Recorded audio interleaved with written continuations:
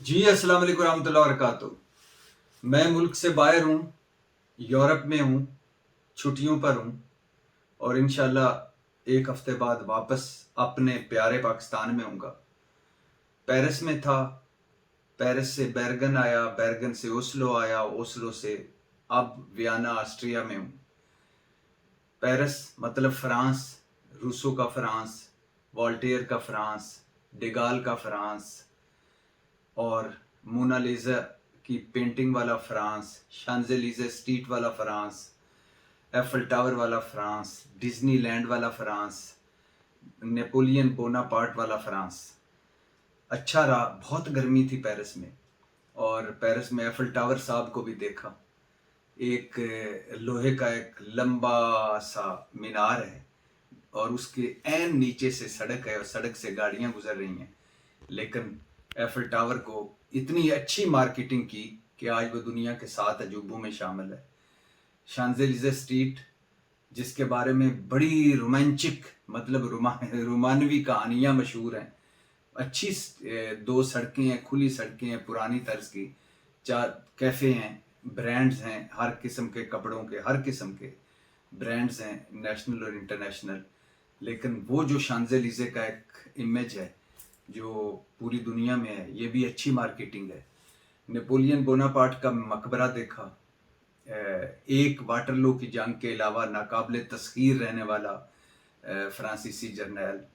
Diana کا وہ جگہ دیکھی جس ٹنل میں لیڈی ڈیانا اور ڈوڈی الفائد کی گاڑی کو حادثہ ہوا اور وہ جان سے گئی، اس کے اوپر اب انہوں نے ان کا ایک علامتی سی جگہ بنا دی جہاں آج بھی تازہ پھول پڑے ہوئے تھے۔ جس دن میں گیا تھا 1997 سے لے کر آج 26 سال بعد بھی پھول رکھنے والے لوگ موجود ہیں۔ اور دریائے سین جو ایفل ٹاور کے ساتھ بہتا ہے، دریائے سین میں بوٹنگ کا بھی شام کا اپنا مزہ ہے۔ ڈزنی لینڈ بچوں کے لیے، بڑوں کے لیے بھی بہت ہے۔ میں جس دن گیا بچوں کے ساتھ بہت رش تھا اور بہت گرمی تھی۔ اور خوشبوؤں کا شہر پیرس، خوابوں کا شہر پیرس اچھا لگا۔ وہاں سے بیرگن آیا، اور بیرگن ہے ناروے کا بہت خوبصورت شہر، 7 پہاڑیوں کے اندر ہے، بہت گرین ہے۔ اور ناروے جو رقبہ جس کا پاکستان سے بڑا ہے، مگر آبادی کتنی ہے؟ 55 لاکھ کے قریب۔ تو اس کا نتھیا گلی اگر اس کو کہہ لیں بیرگن کو تو غلط نہیں ہوگا۔ پھر اوسلو آیا، بارش میں ہی رہا، بڑا اچھا موسم تھا۔ وہاں سے آسٹریا آیا، اور آسٹریا ویانا، بہت گرمی ہے ویانا میں اس وقت، اور لیکن گرمی ان گوروں کے لیے تو ایک نعمت کا باعث ہوتی ہے۔ اور یہ پورے گھر سے نکلتے ہیں، کوئی کہیں لیٹا ہوا ہے، کوئی کہیں دھوپ میں پڑا ہوا ہے، کوئی کہیں، تو ان کے لیے تو ہم دھوپ سے تنگ ہیں، یہ دھوپ میں مزے کر رہے ہیں۔ تو اس سارے قصے کا جو حاصل نتیجہ گفتگو ہے وہ یہ ہے کہ پیرس میں بھی پاکستانی کمیونٹی سے ملا، اور بیرگن میں بھی ملا، اوسلو میں بھی ملا، اور اب آسٹریا میں ملا ہوں۔ پاکستانی کمیونٹی کے 3 ایشوز ہیں۔ پہلا، محترم آصف علی زرداری، احسن اقبال اور خواجہ آصف صاحب نے جو گفتگو، نازیبا گفتگو اوورسیز پاکستانیز کے حوالے سے فرمائی، ان کے اقوال زرعی کو لے کر سارے پاکستانی دکھی ہیں، اور جھولیاں اٹھا کے ان کو دعائیں دے رہے ہیں۔ دعائیں، میں دوسرا لفظ نہیں بولنا چاہتا، بد دعائیں نہیں بولنا چاہتا، دعائیں دے رہے ہیں ان کو جھولیاں اٹھا کے کہ آپ نے ہمارے لیے کبھی کچھ دھیلے کا کام تو نہیں کیا، یا ہماری فلاح کے لیے دھیلے کا کام نہیں کیا، تو نہیں کیا تو کم از کم ہمارے زخموں پہ نمک تو نہ چھڑکیں، اور ہم بھی اتنے ہی پاکستانی ہیں جتنے آپ ہیں۔ تو جس طرح کی آپ نے گفتگو فرمائی ہے وہ قابل مذمت ہے، شرمناک ہے اور افسوسناک ہے۔ یہ پاکستانی کہہ رہے ہیں، میں بھی ان میں شامل ہوں، میرا بھی یہی خیال ہے۔ اور دوسرا ان کا دکھ ہے کہ ہمارے ملک کا کیا ہوگا۔ سارے متفکر ہیں، میں اکثر کہتا ہوں کہ جو اوورسیز پاکستانی ہیں وہ مجھ سے زیادہ محب وطن ہیں، مجھ سے زیادہ درد رکھتے ہیں پاکستان کا، مجھ سے زیادہ پاکستان کے بارے میں فکر مند ہے۔ اور ہر ایک کا پہلا سوال یہ کہ پاکستان دا کی بنے گا، پاکستان کا کیا ہوگا۔ تیسرا سوال ڈیفینیٹلی 90% کے قریب 80